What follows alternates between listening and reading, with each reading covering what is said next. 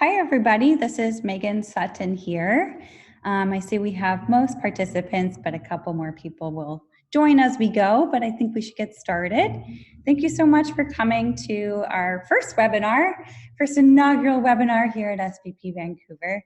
And today we'll be focusing on right-sizing evaluation for our investees. So very quickly, my name is Meagan Sutton. I'm the social impact coach here at SVP, but I wanted to start out with some housekeeping notes.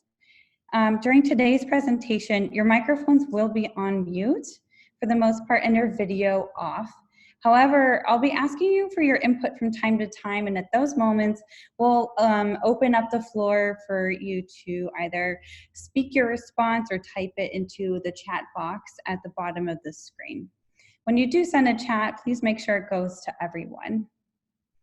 And if you have any kind of technical difficulty as you see in the message, please reach out to Douglas using the chat box. And of course, if the chat box fails you, you have his cell phone number right there.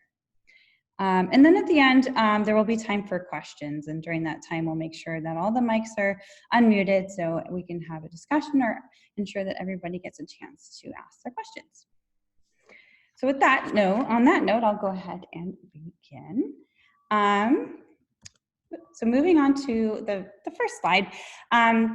Really today I want to talk about evaluation in the context of our investees, and they're small scale organizations with limited resources, and yet they are tackling really big problems. And so today I want to kind of cover a few different ways we can think about how to right size the approach to assessing and measuring impact in this context.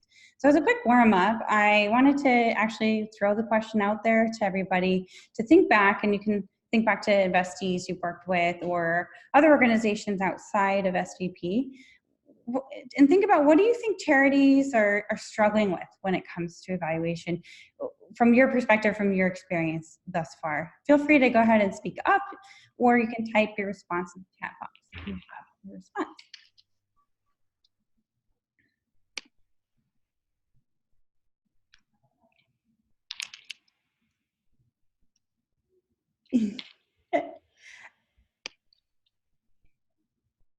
All right. Well, perhaps people are feeling a little bit shy, which is just fine. I'll just give one more chance in case anyone wanted to share their understanding of or their experience with a charity or nonprofit that might have struggled with something related to measuring their social impact. Oh, thanks, Ron. Disaggregating their impact from other influences. Absolutely. That's a really huge one.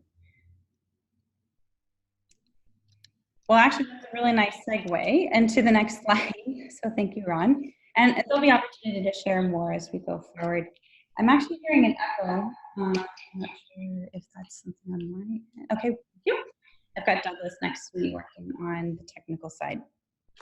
So looking at the next slide, if we think about a problem, and maybe we can use an analogy of a pond. Problem is the pond, and in this scenario we're looking at maybe the problem being children in grade 3 who start to fall behind in reading in school, and as a result start to fall behind in other subject areas, and from there on out it's really difficult for them to catch up, and it becomes increasingly more difficult as the years go on to catch up. So if that's the problem for this pond, and we're looking at the different potential influencers on this problem, we think of those as droplets into the pond, and the ripples are the effects. We've got a lot of different things happening that could affect a child's outcome in this space. Perhaps they participate in a mentorship program in the classroom through a nonprofit, and that's really great. But maybe it's also affected by teacher quality, maybe some bullying in the classroom, inequality and poverty, and access to resources outside of the program in the classroom, et cetera, et cetera. We can brainstorm so many different types of effects that could potentially affect a child's outcome when it comes to literacy and other educational outcomes. So when you are a little, small scale nonprofit working on, say, this mentorship program in the classroom, you're one of many droplets in the pond. And this is a bit touching on what Ron was saying about disaggregating impact from other influences, because there's so many other positive and negative things that are happening that could affect the outcomes of the children you're targeting. This is a complex space and very overwhelming potentially for a nonprofit trying to think about, okay, how do I connect what I do to having an effect on this? So a lot of the work that I do is providing the lenses and the frameworks and boundaries for nonprofits and charities to start to think about how do we even take a digestible bite off of this huge chunk. So to do that, I've broken kind of these lenses down into 4 layers. Looking outwards, looking inwards, looking upwards, and looking downwards. So just using a directional metaphor for today. And the first 3 I'll move through rather quickly and really focus heavily on the 4th. So first and foremost, looking outwards. So to define kind of the bounds at which what we look at or choose to measure, we are focused on looking at our audiences for the information we're trying to report. In a lot of cases, we're focused foremost on funders, raising funds, fundraising materials, and annual reports. And I've seen, investees, charities, commission a third-party evaluator, get a really nice evaluation report, and then the results of that evaluation report are distilled into 3 or 4 bullets used in the annual report. And it's great. It's wonderful, and they're able to tell a great story about their impact that's validated by a third party. Yet they're missing out on a lot of opportunities. And that's what I move on to in the next slide, looking inwards. So in addition to looking outwards and thinking about your audiences for the potential questions they have about your impact as an organization, I really like to emphasize looking inwards. And this is about thinking how evaluation can be useful for yourself as an organization. So instead of just extracting the information and reporting it outwards and moving on, it's more about taking the results of an evaluation, whether you do it internally or have someone from the outside do it for you, and really use it as fodder for discussion and exploration around how you as an organization can do better, can you improve, how can you be more intentional about achieving the impact goals that you have. So it's building a culture of learning, taking more ownership over the type of impact you want to have, defining your strategy, defining success, and then holding yourself internally accountable to that. And also building your own capacity around thinking about these questions.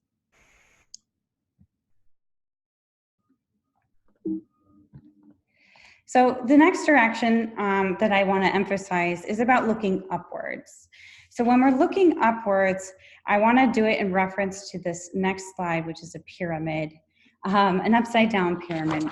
This reflects sort of what I see as like layers of impact that one can have. And these are kind of at different points in time and at different scales. So if we start at the big picture, we have the ecosystem that surrounds, say, the problem we're trying to solve.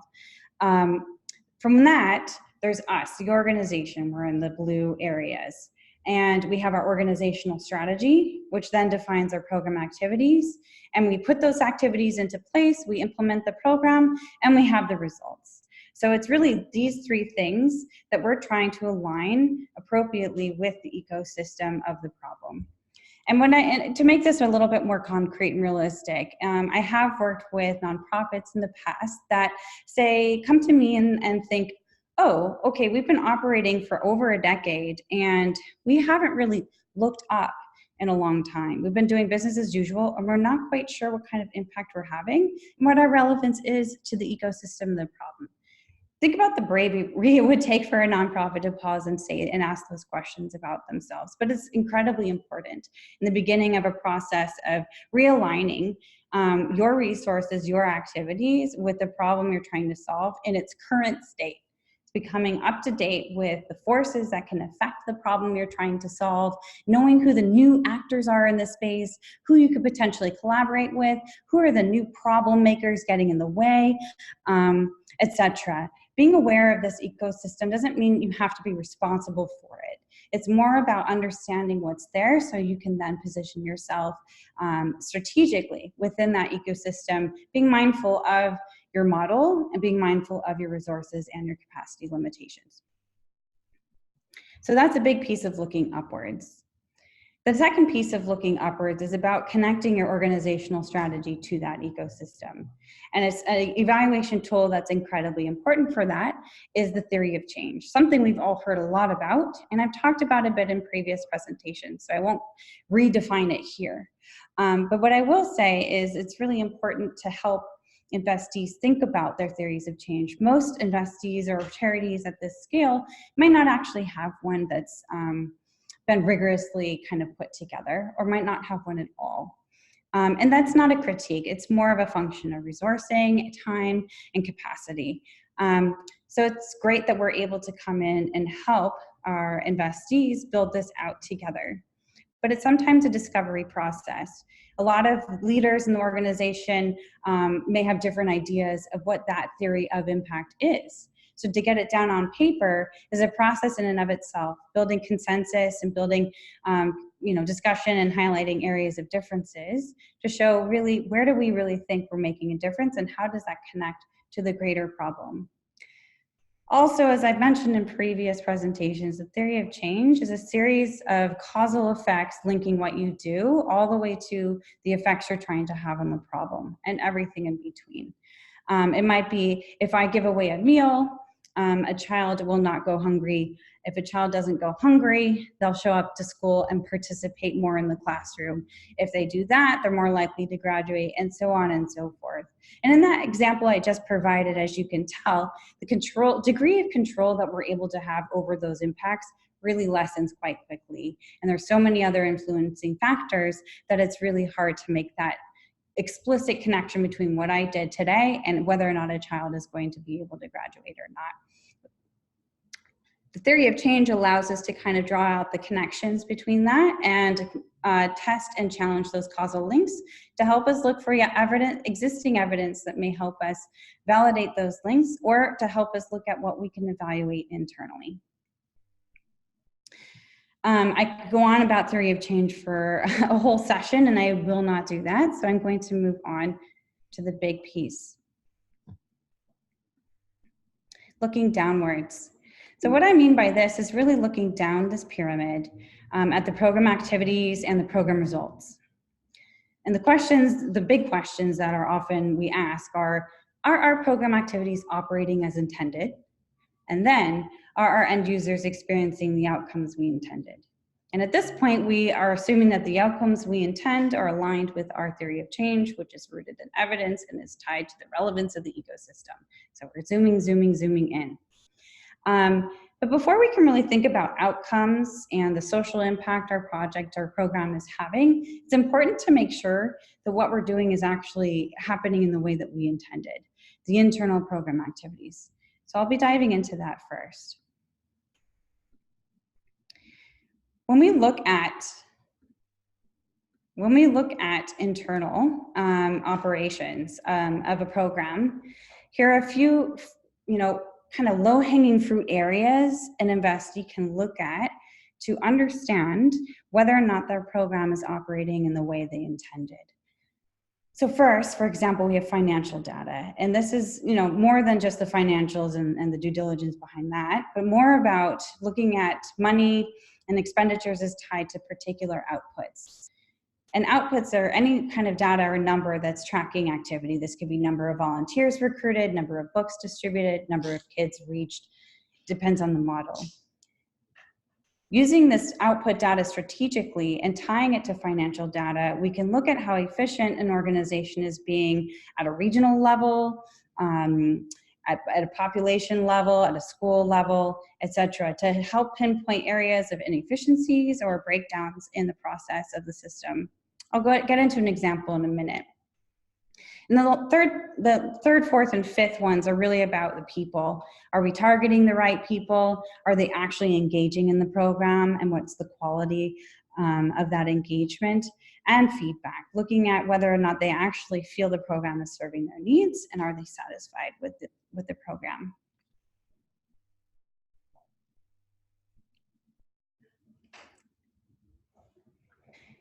Moving on to the next slide.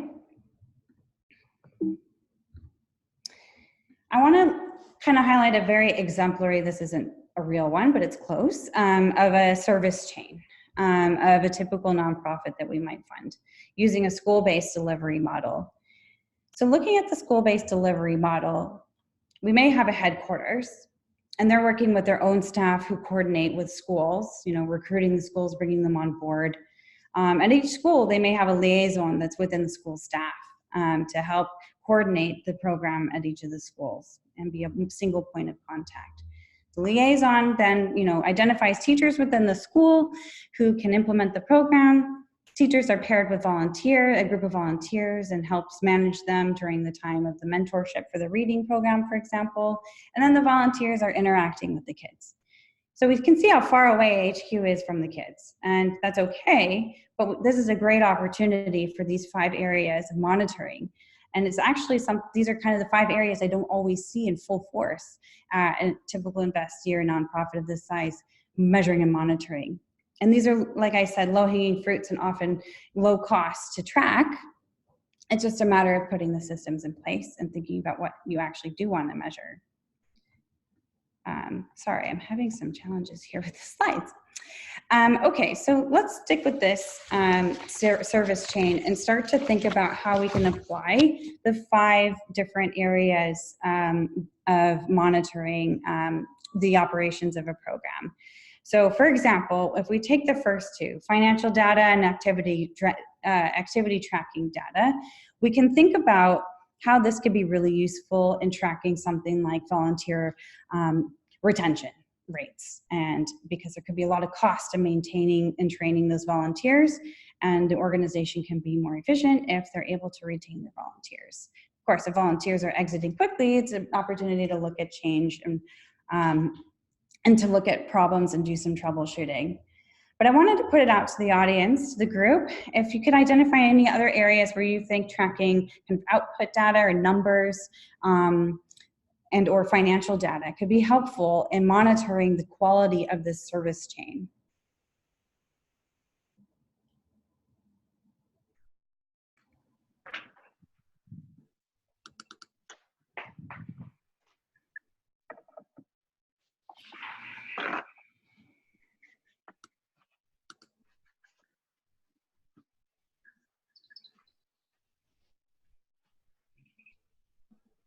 Just to ask the question once again, I'm wondering if there's other examples you can think of for tracking the quality of implementation of this service chain, looking at numbers or financial data.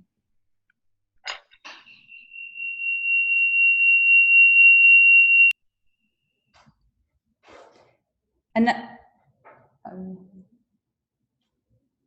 okay. We're just checking on some technical stuff on this side, apologies.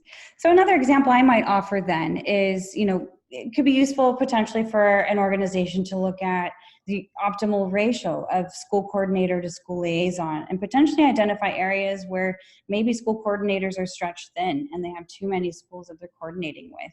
It's an opportunity to then be more strategic about how you assign schools to school coordinators. Again, very context-based, but being able to look at output data and also tying it to financials in some cases can be really valuable to just make sure that the health of your service chain is in good condition and there is less, more efficiencies. So I also want to get into items 3 through 5, which are a lot more fun and more meaty in my opinion. So this is about tracking targeting data, looking at engagement, and finally looking at the feedback data from the end users. To offer an example for number 3, targeting data, in this context it could be really helpful to understand that the teacher, are the teachers referring the right kids to the program? In this particular chain, we're assuming and we're leaving it to the teachers to refer kids they think that need our program to our program. But we are being held accountable for our own impact, know that we're reaching the right people relevant with our mission and vision. So to some level and in some way, we need to know who we are targeting, who we are reaching with our model, especially when there's many kind of points along the chain as we go. An example of engagement might be understanding to what degree your kid's actually engaging with the relationship with their mentor. Are the kids showing up? Are they participating or just sitting at their desk bored? Are they taking what they're learning and are they motivated to applying it elsewhere in their lives? Are they being mentored effectively? And perhaps we could also look at volunteer engagement. Are they showing up? Are they well prepared? What is the quality of the support they are providing, etc. And finally, some examples around feedback data. This could really help us understand the perspectives of the program's impact on the kids. So we might talk to the kids themselves about their experience in the program and whether they liked it. But because it's kids, sometimes it's important to kind of triangulate that data by, getting it from other sources. So we may also talk to the volunteers, the teachers, and maybe the parents as well to get a more comprehensive picture of whether or not this program is having some degree of impact on the child. And if so, what does that look like? So at this point, in this talk, we've been able to, for the organization, adjust our strategy and program design to ensure it's supported by evidence and is responsive to the current conditions of the problem. Then we've looked at 5 areas to ensure the program is operating in the way we have intended. We're efficient, we're reaching the right people, we're actually engaging them, and they're satisfied with what we're delivering. So what's left? What's left is really the actual outcomes of the program on the kids. And this is a meatier, more difficult piece. So I'd like to share a little bit about how I help our investees think about that. And to provide this context for you, so as you work with them and think about what kind of outcomes we can expect them to measure, this can help you guide them and also identify areas that they could use some support, either from me or from your own knowledge in this space. Okay, so looking at outcomes, it's important, in my words, to kind of set the boundary on this. So if we're thinking about the problem that I'm using in this presentation, thank you, Douglas. Sorry about that. So if we're looking at the problem of kids in grade 3 potentially kind of missing an opportunity to stay caught up, the intervention is volunteers are providing one-on-one mentoring with kids that are identified by their teachers as struggling readers. This is done on the school site during school hours. So that's the intervention, which is the one drop into this pond. So we've now zoomed in from the giant pond with all the drops into the individual program. So this drop has gone into the pond. And as we go out, the ripples reflect the degree of control that the program has over the effects of the program. So as we go out, we may be going out in terms of time scale. We might be going out in terms of people affected. To make this a little more concrete, for example, this could look like, in a simplistic way, the inner ripples about the kids in the program immediately experiencing the effects of the program. The next ripple out might be when they go home after the program. Do they take anything home with them? Or perhaps to the classroom, maybe they changes their behavior in the classroom. Further out, it might be, later on in secondary school, did this have an effect on them? And then further out, kids as adults. And when we work with our investees and when we work in this space, we want to have big goals. We want to think about the far out ripples. But to think about how we can link what we're doing all the way that far out, it becomes really tenacious. So what I like to help our investees do is think about where can we look with the resources that you have and what you have available. In most cases, it's about in this zone roughly. And of course, it looks different for every organization. But in the context of this example, we're able to look at the effects of the program on kids inside the program, potentially immediately after as well. To look at the effects of the program on the kids later on when they're in secondary school and later on when they're adults. In this context is very difficult, related to the ethics of conducting research with kids, having access to the information of the kids, being able to track them, having a control group. You really have to set up a very sophisticated study to really get good data, to really find any level of attribution between what you've done in this program and further out of these ripples. So in terms of to help an organization meaningfully evaluate what they want to do, I encourage them to look at these inner ripples. That's really where they have the most control over the effects of their program. So in light of, and within these ripples, they're looking at those 5 areas, as well as potentially trying to figure out some immediate outcomes, short and maybe medium term outcomes. And these outcomes can be along the lines of behavior change, learning and knowledge acquisition, creating opportunity and access to something they wouldn't otherwise, or creating a safe space where they can finally relax. If they have a life where most of the time they have a lot of stressors, creating a zone for them to just let go. So, sorry for the background noise. Evaluation in this context is really thinking about how do we learn from the kids and those who have visibility on the kids about how this program may be contributing, and I use the word contributing, to potential areas such as learning and knowledge attainment, behavior change, or creating a safe space.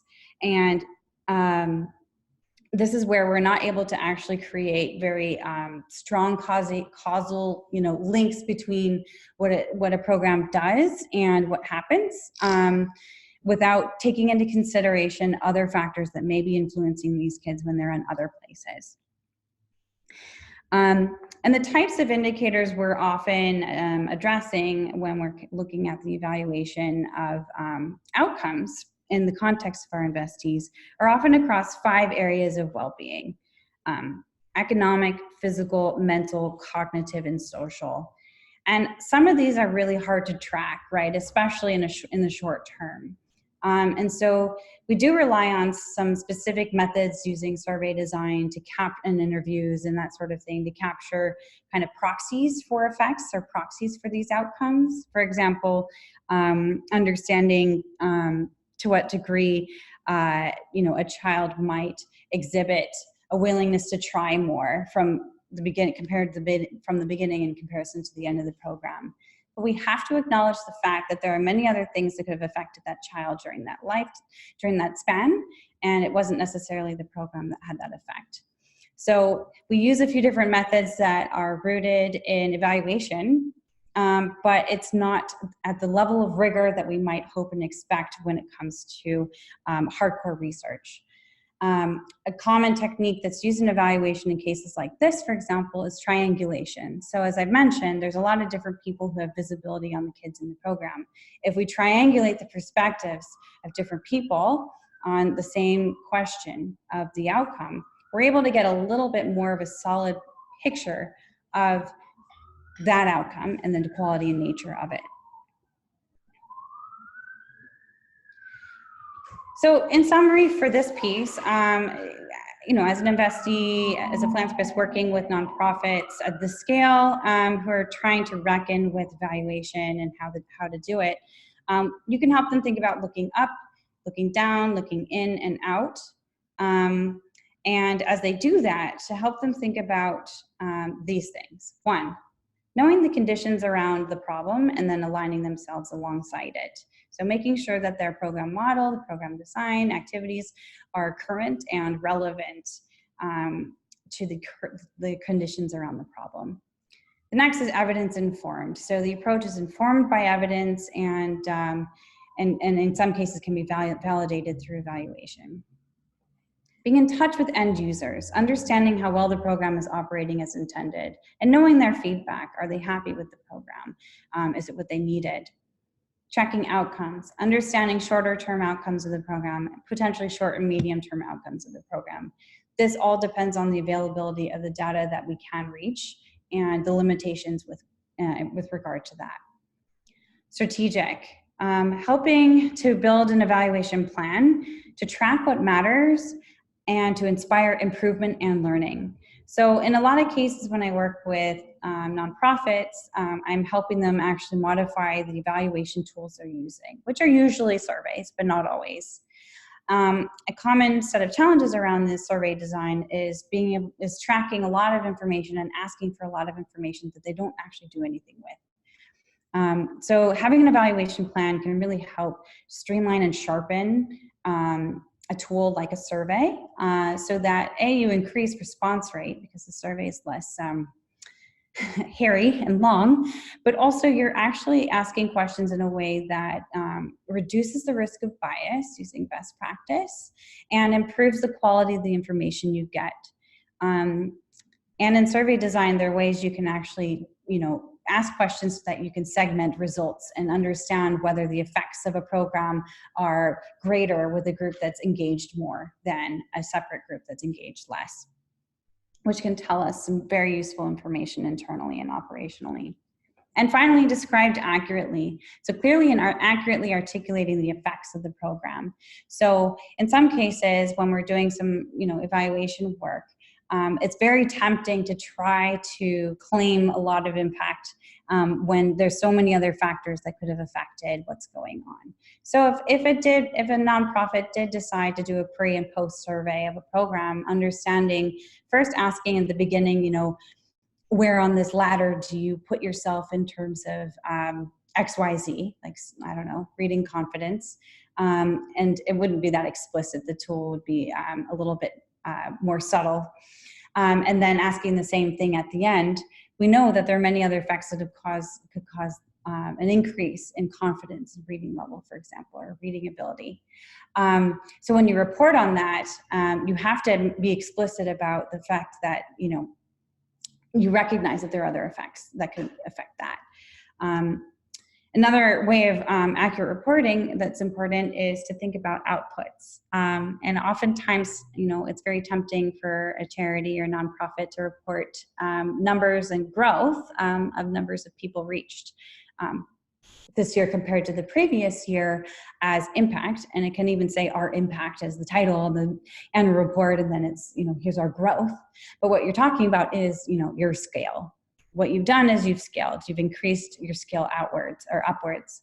But that isn't necessarily impact. So when I work with investees, I talk to them about that wording in their annual report and help them think of ways where they can get a little bit more data around the outcomes that they're trying to achieve.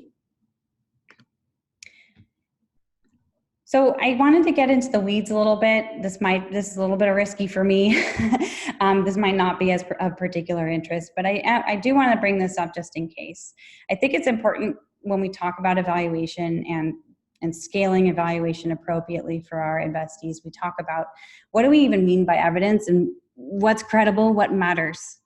So I've brought in the hierarchy of evidence, and there's many different versions of this. This is just one that I found that I like because of the phrases to the right.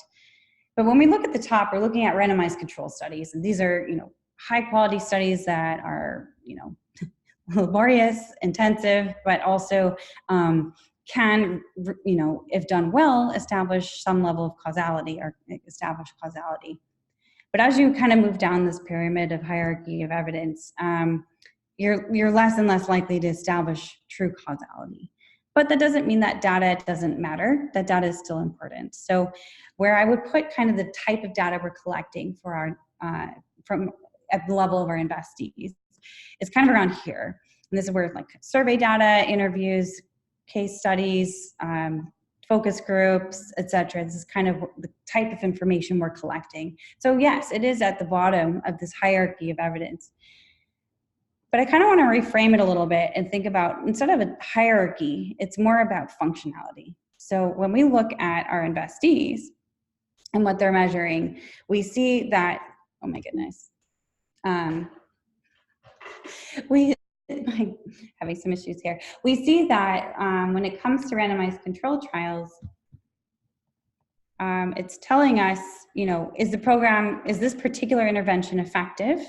And then hopefully, in some cases of randomized controlled trials, this is generalizable to other populations, and is A better than B? But the kinds of questions we're able to answer using surveys and some qualitative research are a bit different and are very rich and very useful for our nonprofits. And there's some of the questions we've already discussed. So will the target group accept the intervention? How often is this being, or to what degree, or what strength, what's the depth of the intervention? And then appropriateness, is this the right intervention or method for this target group? So these are the kinds of questions we can reasonably look at using evaluation at the scale of the nonprofits that we're working with, without having, and this is what they can do internally when we're building capacity, to try to look outwards and kind of more clinically prove that what they're doing is literally having the exact impact that we hope that they're having is a little bit more difficult and potentially impossible. So I just wanted to frame, this conversation in the context of evidence, and what do we even mean by the evidence? What do we expect of it? And in what context are we trying to use it?